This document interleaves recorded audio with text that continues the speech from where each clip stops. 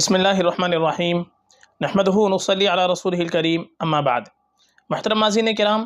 ایک صاحب محمد صفدر عباس، ان کا سوال ہے: السلام علیکم، پلیز ریپلے مفتی صاحب ضفوہ نام پہ الگ سے ویڈیو بنا دیں، پہلے بھی میسیج کیا ہوں بٹ ریپلے نہیں ملا۔ وعلیکم السلام ورحمۃ اللہ وبرکاتہ۔ دیکھیے، جو نام آپ نے اس میں پوچھا ہے ضفوہ،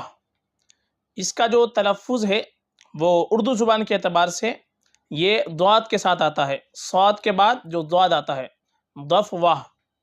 تو ضفوہ یہ انگلش کے اندر جو لکھیں گے وہ تو زیڈ سے ہی لکھیں گے۔ اس کے معنی ضفوہ کے آتے ہیں خوشحالی کے،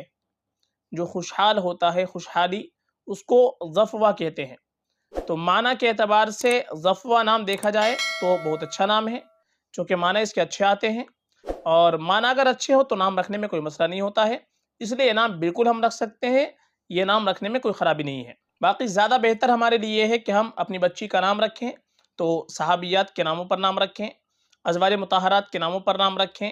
جو نیک خواتین گزری ہیں ان کے ناموں پر نام رکھیں، یہ ہمارے لیے اور بہتر ہوتا ہے، باعث برکت ہوتا ہے، چونکہ نیک لوگوں کے ناموں پر، نیک خواتین کے ناموں پر اگر ہم اپنی بچیوں کے نام رکھیں گے تو انشاءاللہ کچھ نہ کچھ ان کی نیک صفات ہماری بچی میں پیدا ہوگی۔ اس لیے آپ بہتر یہ ہے کہ صحابیات کے نام رکھ لیں۔ باقی معنی کے اعتبار سے دیکھا جائے تو ضفوہ نام بھی جو آپ نے پوچھا یہ بھی بالکل رکھ سکتے ہیں، معنی کے اعتبار سے یہ نام بھی اچھا ہے، اور ہمیشہ ہم کو اچھا نام رکھنا چاہیے۔